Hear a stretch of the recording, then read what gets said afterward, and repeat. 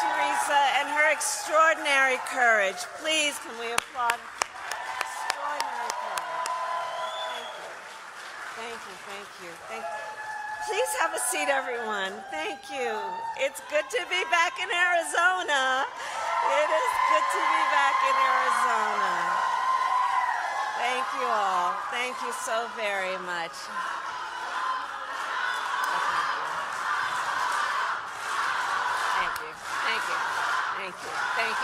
Thank you.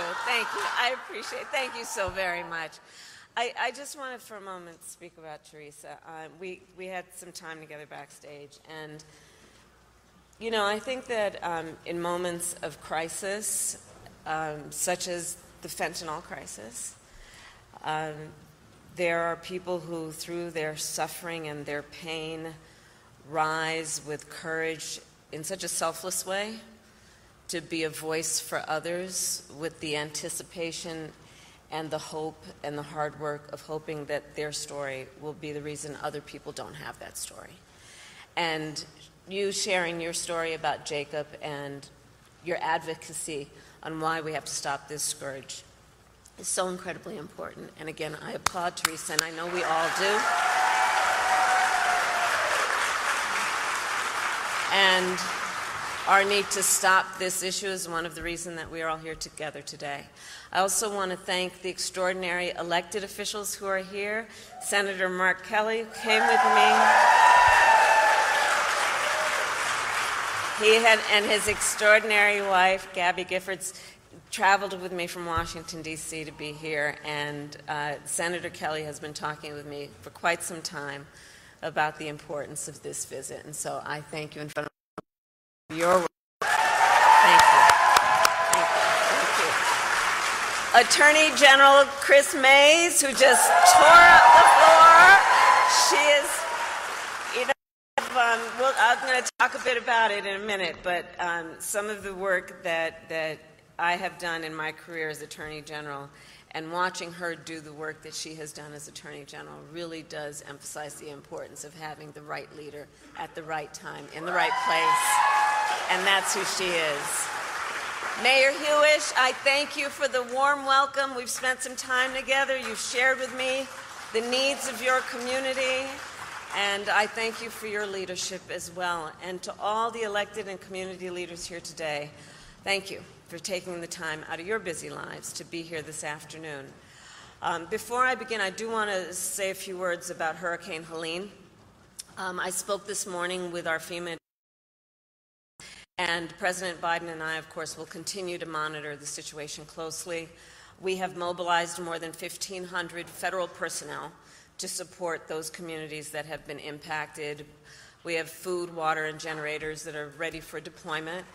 And we are working to restore power for millions of people who currently are experiencing outages. And I just want to stress, and for the press that is here, to those who are watching, the storm continues to be dangerous and deadly, and lives have been lost, and the risk of flooding still remains high. So I continue to urge everyone to please continue to follow guidance from your local officials until we get past this moment. So thank you all, and now I'll speak about, in particular, the people who are here today and why we are gathered here together today.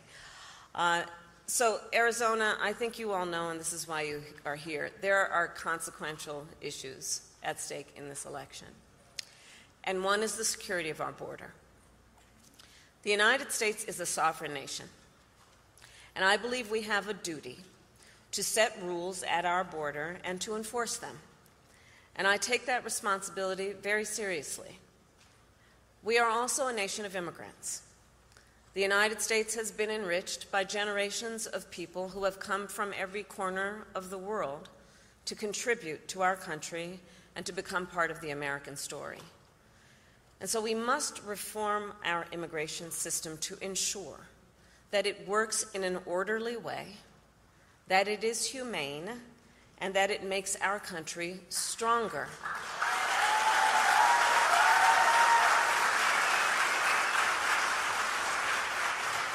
So I've just come from visiting the border and the port of entry in Douglas. I spoke with dedicated agents from Border Patrol and customs officers who every day see the overflow of commercial traffic through the port. These men and women who work there and at other places along our southern border help keep our nation secure. And they need more resources to do their jobs, which is why we have and are in the process of investing $500 million to modernize and expand the port of entry here in Douglas.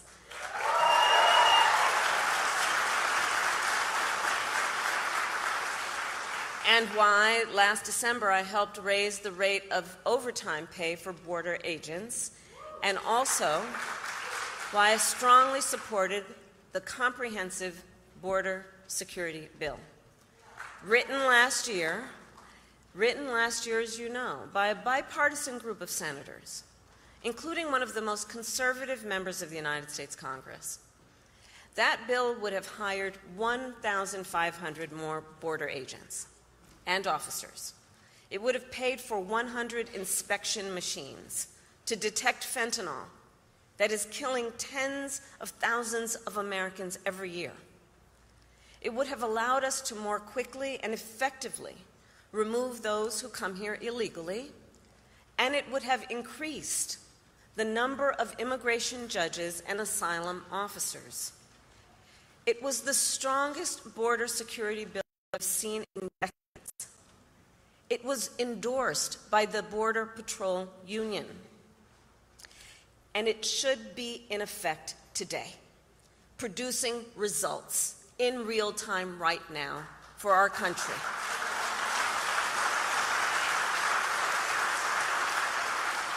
But Donald Trump tanked it. He picked up the phone and called some friends in Congress and said, stop the bill. Because, you see, he prefers to run on a problem instead of fixing a problem. And the American people deserve a president who cares more about border security than playing political games and their personal political future.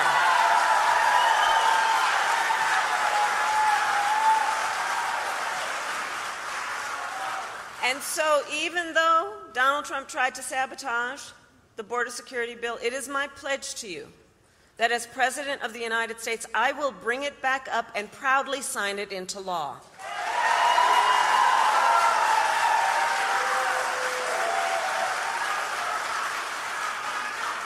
And let me say, the issue of border security is not a new issue to me. I was Attorney General of a border state for 2 terms. I saw the violence and chaos that transnational criminal organizations cause, and the heartbreak and loss from the spread of their illicit drugs. I walked through tunnels that traffickers used to smuggle contraband into the United States. I've seen tunnels with walls as smooth as the walls of your living room, complete with lighting and air conditioning, making very clear that it is about an enterprise that is making a whole lot of money in the trafficking of guns, drugs, and human beings. And my knowledge on how they work comes from the fact that I have prosecuted transnational criminal organizations who traffic in guns, drugs, and human beings. My team and I broke up a heroin trafficking ring in the Bay Area with ties to Mexican cartels. We took down a gang working with the Sinaloa cartel to traffic methamphetamine into the United States. We seized millions of dollars worth of cocaine from the Guadalajara cartel and broke up a drug trafficking operation including pill mills and so-called recovery centers that were pushing opioids with deadly results. As Attorney General of California, it was 10 years ago that I brought a bipartisan group of American attorneys general and led that group to travel to Mexico City to meet with Mexican attorneys general to address this issue, and in particular to increase intelligence sharing on gang activity. all of which allowed us to prosecute more human traffickers. And I started, as Attorney General, the first comprehensive report in the state of California analyzing transnational criminal organizations and the threats they pose to public safety and to the economy. So stopping transnational criminal organizations and strengthening our border is not new to me, and it is a long-standing priority of mine. I have done that work, and I will continue to treat it as a priority when I am elected President of the United States.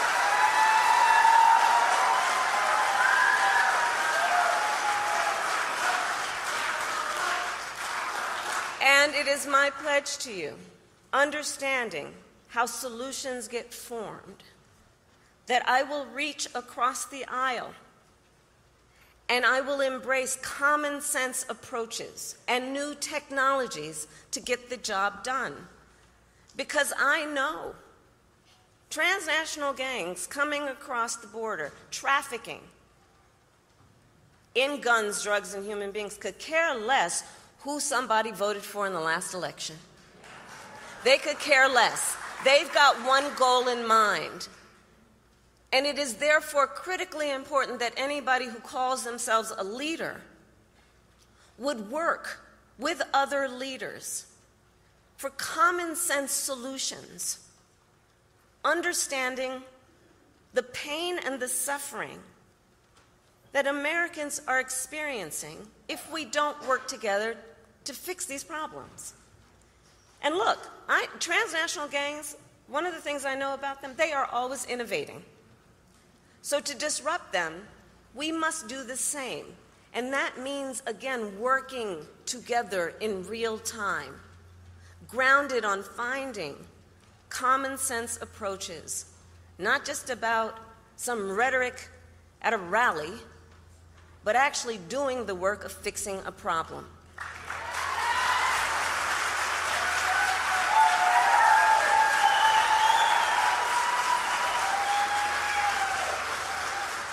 And as president, I won't only bring back the border security bill that Donald Trump tanked, I will do more to secure our border. To reduce illegal border crossings, I will take further action to keep the border closed between ports of entry.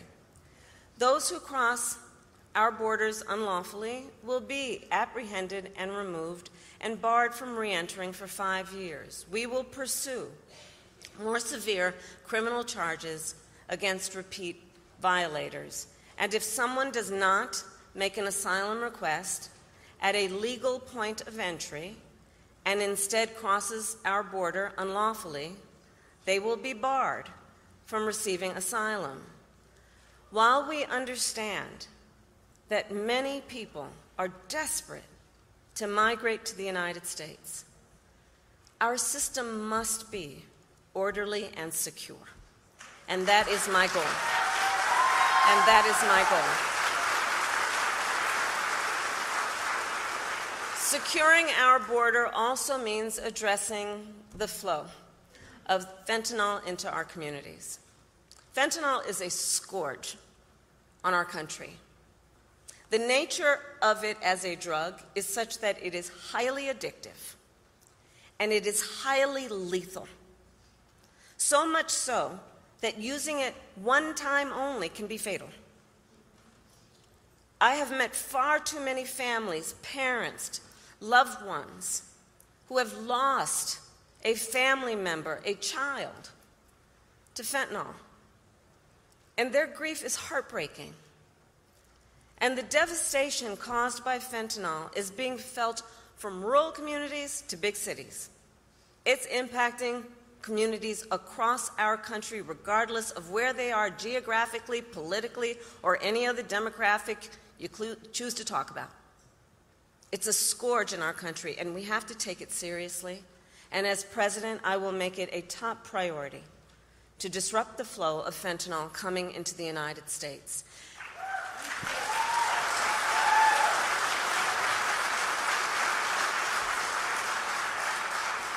And I know everyone here understands that most of the fentanyl in America comes from 2 cartels based in Mexico. Most often, they are smuggling it through vehicles at legal ports of entry, like the one I visited today.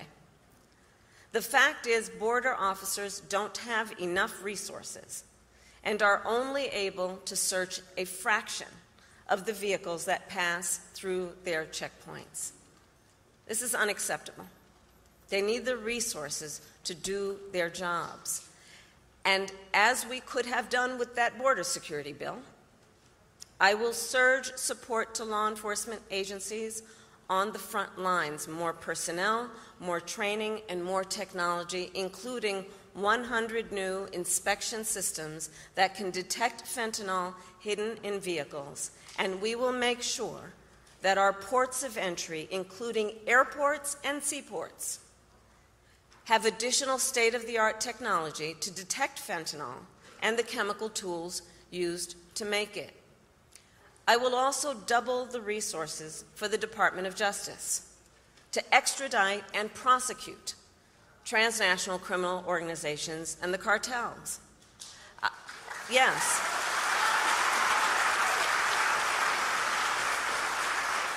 I will ensure that we target the entire global fentanyl supply chain because we must materially and sustainably disrupt the flow of illicit fentanyl coming into our country. My approach takes into account also that the precursor chemicals used to make fentanyl are by and large made in China and then shipped to Mexican cartels and trafficked right here into the United States. Our administration demanded that China crack down on the companies that make those chemicals, and it has started to happen. But they need to do more. And as president, I will hold them to their commitment to significantly reduce the flow of precursor chemicals coming from China.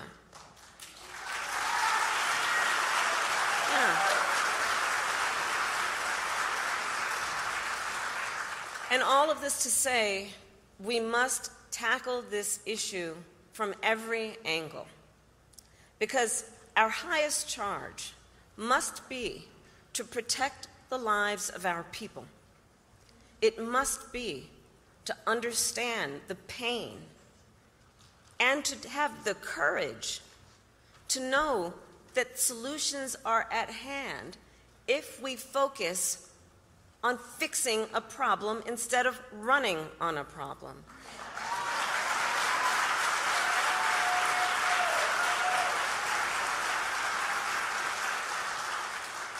And on this issue, writ large, we must ensure that our country remains strong and competitive, which includes fixing our broken immigration system. And let me be clear, I reject the false choice. I reject the false choice that suggests we must either choose between securing our border or creating a system of immigration that is safe, orderly, and humane. We can and we must do both. We must do both.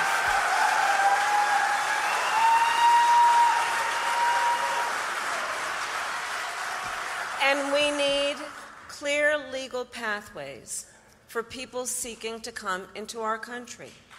And we must make our current system work better.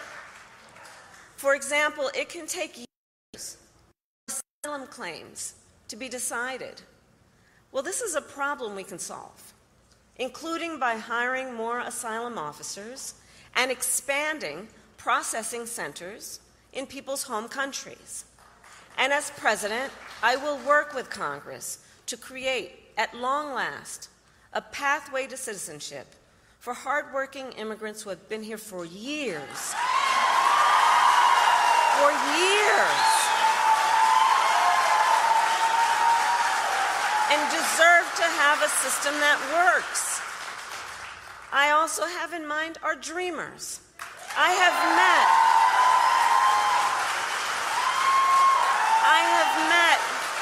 with so many of our dreamers throughout my career. They who have grown up in the United States, were educated here, pay taxes here, serve in our military, and contribute to our communities every day. They are American in every way. But still, they do not have an earned pathway to citizenship. And this problem has gone unsolved at this point now for decades. The same goes for farm workers, who ensure that we have food on our tables and who sustain our agricultural industry.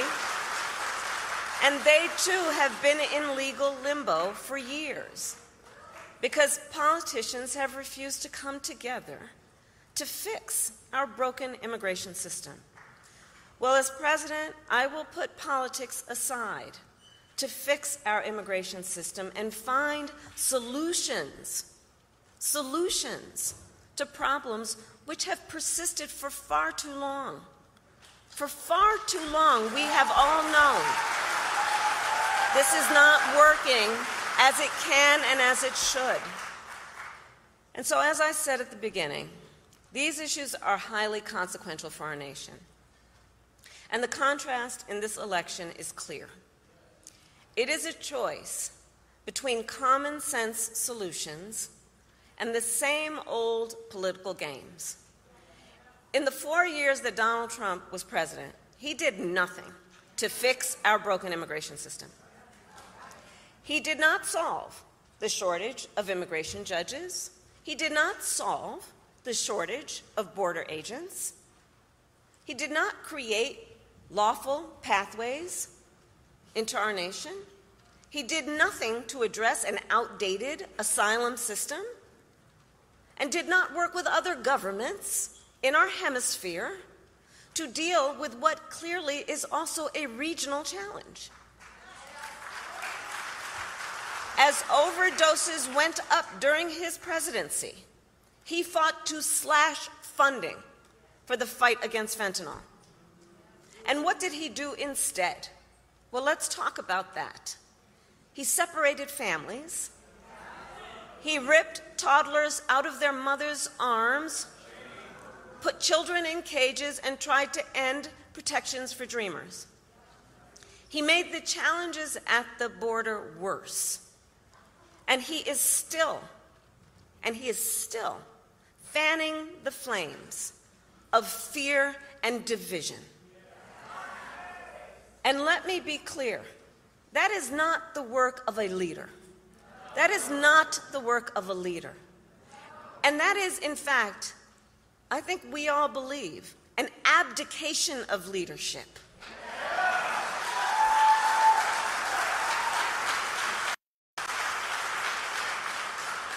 And so, on behalf of all across our nation who want to see these problems solved, I say we cannot accept Donald Trump's failure to lead. We should not permit scapegoating instead of solutions. And let's see what's happening. Let's not permit scapegoating instead of solutions, or rhetoric instead of results. As your president, I will protect our nation's sovereignty, secure our border, and work to fix our broken system of immigration. And I will partner with Democrats, Republicans, and independents to do it.